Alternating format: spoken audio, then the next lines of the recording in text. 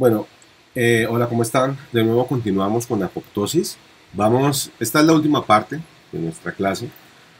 Diríamos que es la continuación de esta primera gran fase que vimos sobre características macro muy importantes de la apoptosis. Lo que vamos a hacer ahorita es mostrar una gráfica al final a propósito que es muy importante para conceptualizar de manera muy completa, pero resumida, la apoptosis. Antes de ver esta parte, lo que vamos a hacer es a contar que esto que discutimos, ¿sí?, en la primera parte sobre los dominios y los motivos de las proteínas es importante. En biología molecular, poder hablar de que existen familias de proteínas es vital, porque nosotros somos la expresión a nivel funcional y fisiológico de los diferentes tipos de familias de proteínas que existen. Entonces, es importantísimo entender, por supuesto, que la apoptosis y las proteínas que median o que permiten que ella exista como tal, pues no son la excepción, ¿vale? Como les había mencionado, una de las familias más importantes que se descubrió a propósito cuando se quería entender muchos aspectos de enfermedades importantes, entre ellas un linfoma, ¿sí?, que se venía estudiando desde hacía mucho rato con células del tipo B, fueron los mecanismos que se saltaban las células a propósito para poder continuar en una reproducción de una manera muy desorganizada, pero continua, no muriéndose, por así decirlo, no con lo que hemos discutido sobre la muerte celular programada.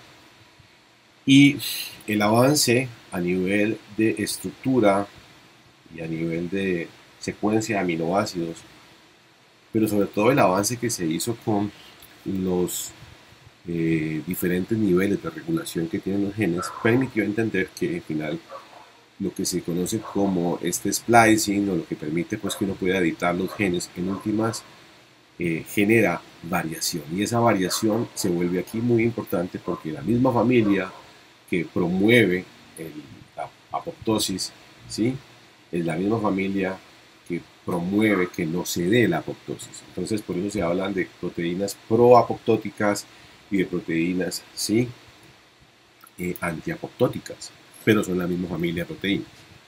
¿Qué varía? La constitución de uno de los dominios. ¿Qué es un dominio? Una proteína, una región funcional que permite que la proteína en particular, ¿sí?, genere un tipo de acción. Las acciones en este momento están relacionadas con la creación de cuerpos apoptóticos y el complejo que se genera para que la célula se degrade de forma organizada. Entonces, ya sea que yo promueva ese evento, ya sea que yo lo detenga, es importante saber a qué nos referimos con dominios y a qué nos referimos con motivos.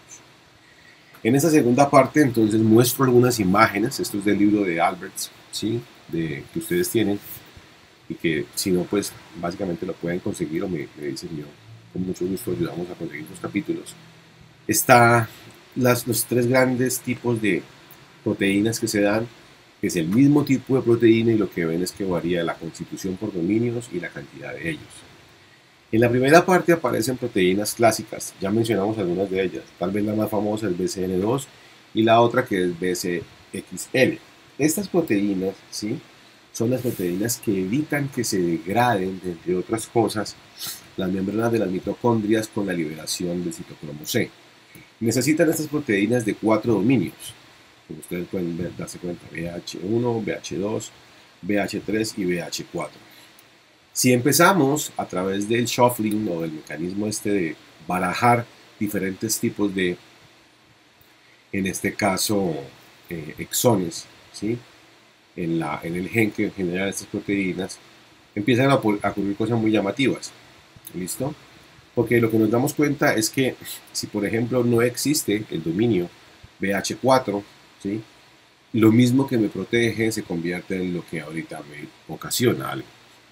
Y el hecho de no tener ese dominio de BH4 dentro de la proteína como tal, genera que tengamos entonces, pues, lo que ustedes ven ahí, ¿sí?, proteínas proapoptóticas. Entonces, dentro de esas proteínas proapoptóticas, como se pueden observar acá, aquí no está este dominio, el dominio de H4, tenemos dos que son muy famosas, una es BAC y otra es BAX, y se la van a encontrar ampliamente, se la van a encontrar ampliamente descritas en la literatura. Se conocen como proteínas efectoras proapoptóticas. ¿Listo? Y como ya lo mencioné, pues pertenecen a la familia BCL2. Y están estas.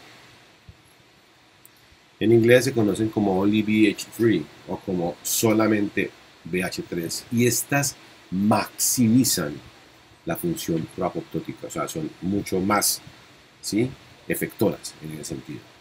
Y aquí aparecen, hay muchas más que se conocen en este momento, pero dentro de las grandes clásicas estaba Binoxa, PIT, ¿sí?, una proteína que se trunca, se le quita un pedazo y por eso se activa.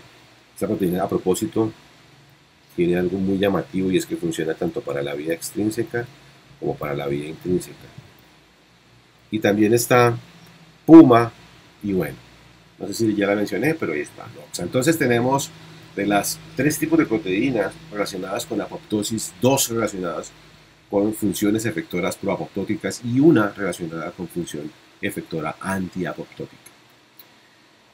Siendo pues un poco más esquemático, en la vía intrínseca, cuando se encuentra inactiva, nos damos cuenta de que, por supuesto, tenemos a nuestro citocromo C, que ya mencioné, para qué nos sirve o que está localizado en casi todas las especies vivas de organismos en general, todo lo que exista como tal como vivo. ¿Listo? Y tenemos entonces como estas proteínas verdes que ustedes ven ahí efectoras, ¿sí?, a la familia BSL2. Se encuentran de forma inactiva.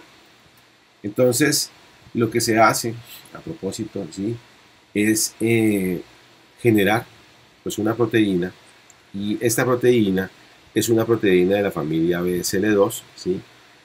Y esta proteína, a propósito, que es una proteína, ¿sí?, antiapoptótica, pues lo que hace es permanecer de forma activa, ¿sí?, evitando que se, por así decirlo también, generalice o se pueda producir o se pueda mantener pues lo que es la acción directa de la apoptosis. Se necesita entonces que exista como una especie de freno, y lo que estamos viendo es que esta vía, a propósito que es la vía intrínseca, necesitaría un cambio de conformación de la proteína, ¿vale?, para que entonces se pudiera producir el efecto que se necesitaría por parte de la célula. ¿Listo? Entonces, una proteína de esa familia de la BSL2 y que se encuentra de forma activa y que es antiapoptótica, pues básicamente lo que está haciendo es, quiero que lo veamos acá, es deteniendo, ¿sí?, lo que es la acción directa de la proteína, que en general pues ayuda a mantener quieto el sistema.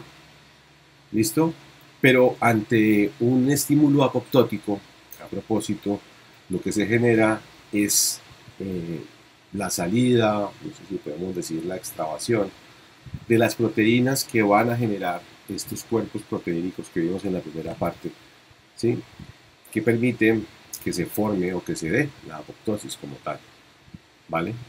Entonces, estas proteínas, a propósito que ustedes están viendo ahí abajo, ¿sí?, son proteínas que en el momento de recibir ese estímulo apoptótico, pues pueden llegar a convertirse en una proteína de tipo efector. Entonces, nuestras células permanecen en este estado, ¿vale?, en ese estado completamente. Y la idea es entonces que nosotros mantengamos frenos proteicos. Este es un freno proteico, ¿sí?, que se está generando, puede ser una BCXL, por ejemplo, que está generando que no se activen o no se agreguen las proteínas que pueden contribuir a la apoptosis. Entonces, esto es anti y esto es pro apoptótico, ¿vale? Y el cambio, a propósito de anti a pro apoptótico, lo da pues básicamente un estímulo. Estímulo que contamos podía ser, ¿sí?, extrínseco o podía ser intrínseco. ¿Listo? Cuando se detiene la acción de la proteína que es antiapoptótica. Las proteínas que efectivamente se encuentran inactivas se pueden activar y se convierten o generan el proceso proapoptótico. Entonces aquí vemos cómo la formación o agregación de diferentes unidades de proteína permitió el primer paso que conlleva a la apoptosis. ¿Listo? Dentro de estas proteínas, pues caben las proteínas, ¿sí?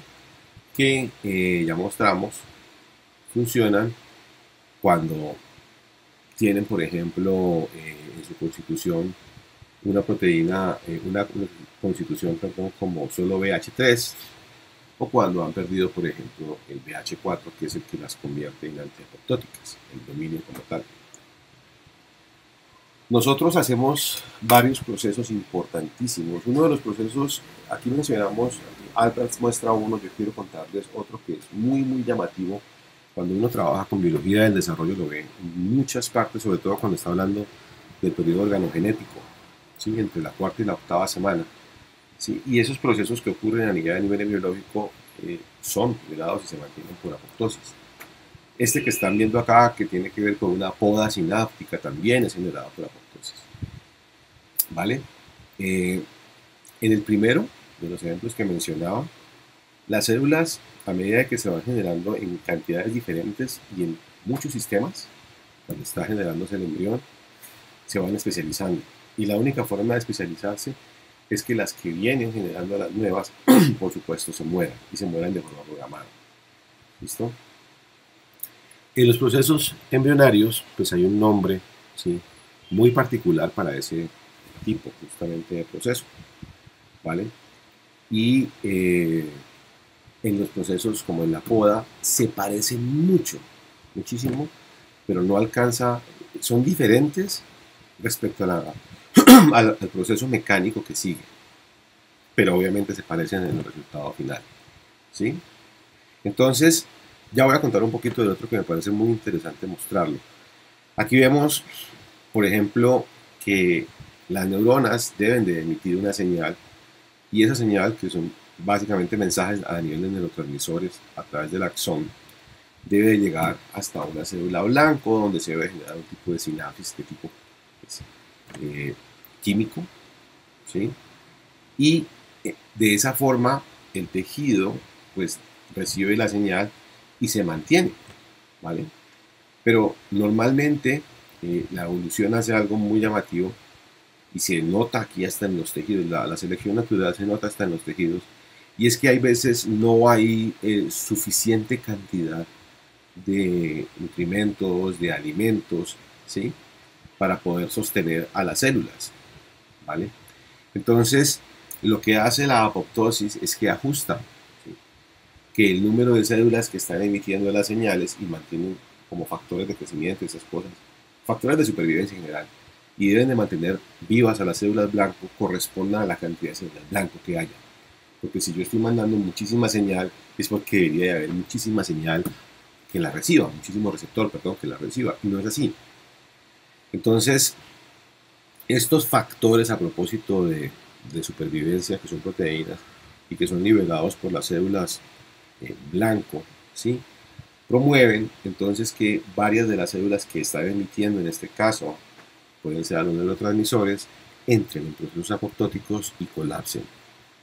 Cuando estas células colapsan, se produce entonces, ¿sí?, una selección que conlleva a que solamente sobreviva la célula que está emitiendo directamente la señal con la célula que la puede recibir, y no más. Entonces, pues hay muchos ejemplos, como les decía, ¿sí? Nosotros venimos de células totipotenciales, como los blastómeros, y en 3 semanas, antes de que arranque la cuarta semana, en ese periodo organogénico de cuarta a octava semana, hacemos unos procesos que se llaman inducciones. Y el hecho de que yo tenga piel o epidermis en este momento dependió netamente de que el ectodermo se transformara en neuroectodermo, ¿sí?, y después de se separara en tubo neural y en cresta neural. Y hacer eso requirió exactamente que se programara la muerte celular de todos esos tejidos. Hay procesos como es espectacular que algunos de los pares craneales nazcan justamente porque ese tejido en donde el se diferencia, ¿sí?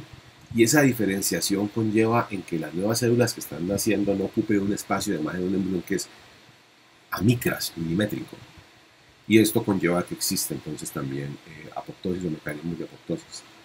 Es un proceso celular que tiene un nombre larguísimo, ¿no? Se llama transformación epiteliomesenquimatosa, se llama esta cosa, epiteliomesenquimatosa. Y gran parte corresponde entonces también a lo que les quería contar, a la apoptosis.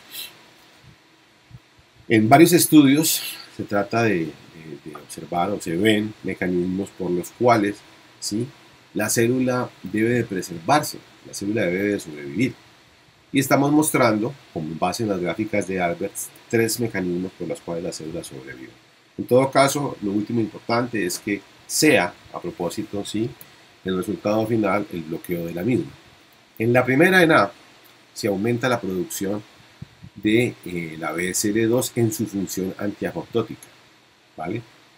Y esto conlleva en que la célula pues pueda, yo siempre me acuerdo cuando la mamá de uno o la abuela de uno va a cobrar la pensión en este sistema de gobierno, que tiene que llevar una carta o algún tipo de documento que asegure que la persona está viva, un factor de supervivencia, para que le paguen, ¿sí? Y entonces aquí hay algo como símil a propósito, porque este factor de supervivencia lo entiende un receptor, aquí lo estamos pintando en rojito a nuestro ligando, y a partir de ahí se produce la famosa cascada de transducción a través de la amplificación enzimática que ya vimos en procesos de transducción, en procesos de señalización. Y si podemos activar entonces a una proteína de tipo factor de transcripción, pues entonces logramos que nuestro núcleo genere la información, genere el RNAM, lo edite y bueno, todo lo que ocurre a nivel de estos para que se exprese la proteína que es antiapoptótica y como resultado de eso pues mantengamos a nuestras células vivas. ¿Listo? Y esto de nuevo es importante porque pues miren que no todas las células, a pesar de que aparentemente las generan, no todas las células estarían generando en la parte de esta gráfica ese factor de supervivencia. Lo generan quien está recibiendo la señal para generarlo. Punto. Y el factor de supervivencia está diciendo, oiga, por favor manténgase usted viva, la que me está manteniendo a mi vez viva. Entonces el sistema dice, ah bueno, y las otras que no están emitiendo entonces los factores de supervivencia para ustedes, ¿qué? Ah, pues hermano, lo siento muchísimo, lo siento tanto que lo siento demasiado. Y entonces empiezan pues a crear pues esos mecanismos, ¿sí?, donde se preservan algunas, vuelvo y repito, esto es selección, y sobreviven las que son. Pero esto es un proceso natural, viable y se da de forma continua, como lo que iniciamos cuando arrancamos con la clase. En la segunda parte entonces vemos cómo se bloquea, ¿sí?, la apoptosis a través de otro tipo de mecanismo, ¿vale? Ese otro mecanismo, denme un segundo, ese otro mecanismo, el otro de los mecanismos, también para bloquear la apoptosis, es inactivar a quien la promueva. En este caso, inactivar, ¿sí?, a las proteínas de solo dominio BH3. Algo similar a lo que es un factor de supervivencia de la vez anterior, del gráfico A, aquí también es un factor de supervivencia, no del mismo tipo, pero es un factor de supervivencia. Activa un receptor que logra entonces activar un tipo de quinasa que es una AKT, ¿sí? Y esta proteína, a propósito, logra generar que la proteína BSL2, ¿sí?, que es antiapoptótica, se active, deteniendo entonces la apoptosis. Y para eso, una vez se ha activado por fosforilación, la enzima, la AKT, se puede literalmente desactivar, ¿sí?, la proteína que en este caso se encuentra activa, ¿sí?, que se llama BAT. Esta proteína es el freno que está evitando que la antiapoptótica funcione. Y esto se logra hacer porque pues la AKT, cuando se fosforila, a su vez logra fosforilar a la proteína BA, compite por sustrato, podríamos decirlo ahí, ¿sí?, por afinidad por el sustrato. Y en todo caso el efecto es liberar a la antiapoptótica para que se detenga entonces la apoptosis. Y por último está la inactivación, ¿sí?, de las proteínas que son proteínas inhibitorias de apoptosis. Y entonces, pues, lo que se hace con esto, porque las IAP son como el último de los renglones de defensa que tenemos antes de que el sistema arranque a hacer apoptosis como tal. Y pues se tiene un factor de supervivencia, se activa un receptor, en este caso una quinasa de tipo MAP que depende de mitógeno también se va a activar y logra hacer que esta proteína que es de tipo HIT se inactive. El cuento con la inactivación del HIT es que pues se puede detener, por así decirlo, ¿sí? a la conversión o la forma en que se activan las proteínas, ¿sí? de tipo IAP. ¿Listo? Y pues si se logra hacer esto, pues evitar que ellas estén trabajando, pues se puede hacer que se puede hacer entonces que se bloquee la apoptosis directamente, ¿sí? Y esto se logra pues porque estas proteínas, las proteínas que son de tipo IAP, ¿sí? Pues son las proteínas que se deben, por así decirlo, de contener, porque si yo las contengo a ellas, ¿sí? Entonces puedo pues, continuar en esta parte, pero si no las contengo a ellas, pues el problema va a ser bastante complicado, porque entonces se puede mantener la apoptosis. Entonces, pues, la idea es, por así decirlo, detener las que detienen para que se pueda producir el efecto, ¿vale? Y por último, entonces tenemos esta gráfica que les contaba, donde se reúnen las dos vías, ¿sí? En esta vía, a propósito, vemos que ligandos de tipo FAS, TNF, TREL, que son proteínas que activan a ese, yo lo mostré en la primera parte, a ese complejo que era FADD, ¿sí? FAD, y que tenía y necesitaba que hubiese ese tipo de contacto entre la célula señal, por así decirlo, y la célula receptora, inicie lo que es la cascada de extrínseca, mientras que esta parte que está medida directamente por la respuesta a nivel mitocondrial es, ¿sí?, la parte intrínseca. ¿Qué podemos ver? Que una vez se logra generar el acople del ligando de la muerte y el receptor de la muerte logra a su vez ajustar a aquí hay tres tipos de proteínas, por favor recuerden que es este anillo o este escudo FAT, eso ya lo mostramos, ¿no? Entonces se puede reclutar la caspasa 8 y la caspasa 8, que es una caspasa activadora, pues va efectivamente a activar a la caspasa número 3 como ejecutora y pues se puede producir la apoptosis. Esto es respecto a la vía extrínseca. Y entonces si tenemos expresadas las proteínas IAPS, que son antiapoptóticas, pues detengo, a pesar de que ya existió pues el acople de estos dos sustratos, detengo entonces la activación de la caspasa 8. Y si detengo la caspasa 8, pues voy a detener la apoptosis. ¿Listo? Entonces es importante que ellas o detengan, ¿sí?, la progresión de la caspasa 8 como caspasa iniciadora, o detengan la mismísima activación de la caspasa 3 como ejecutora. Otra proteína importante que detiene la activación de las IAPS es la SMAC diablo, que funciona como una proteína, ¿sí?, que logra pues básicamente ser proapoptótica porque detiene la acción de las antiapoptóticas como la IAP. Sin embargo, lo que se puede observar es que hay una proteína, a propósito, que pertenece, ¿sí?, y esa es una cosa muy increíble, pertenece a las que veíamos ahorita, ¿sí?, a las proteínas que mantenían 3 dominios, pero quitaban el cuarto dominio en su estructura, no sé si la recuerdan, que eran las BIT, ¿listo? Y estas proteínas, una vez se truncan por acción de la caspasa 8, lo que hacen es que promueven directamente, ¿sí?, la acción de las proteínas que, o ellas mismas promueven, pues por así decirlo, la acción de las proteínas que colaboran a la apoptosis porque detienen a las antiapoptóticas.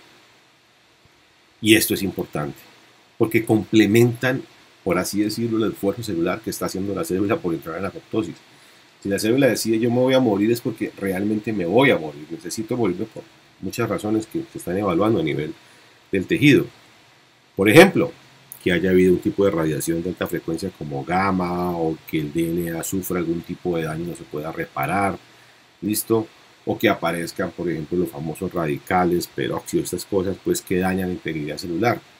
Si todo esto está funcionando como un estímulo, pues básicamente las proteínas que son pro-apoptóticas como BIM, como PUMA, ¿sí? O las que son solamente BH3 se activan. Y si ellas se activan, lo más probable es que las que permiten la salida, por ejemplo, de citocromo C, como VAX y como VAC, que también son pro-apoptóticas, permitan la salida del mismo. Y si permiten la salida del mismo, ya sabemos, se unen por dominios, ¿sí? Entre la caspasa 9 y la proteína PAF para generar lo que llamamos este disco que era el apoptosoma.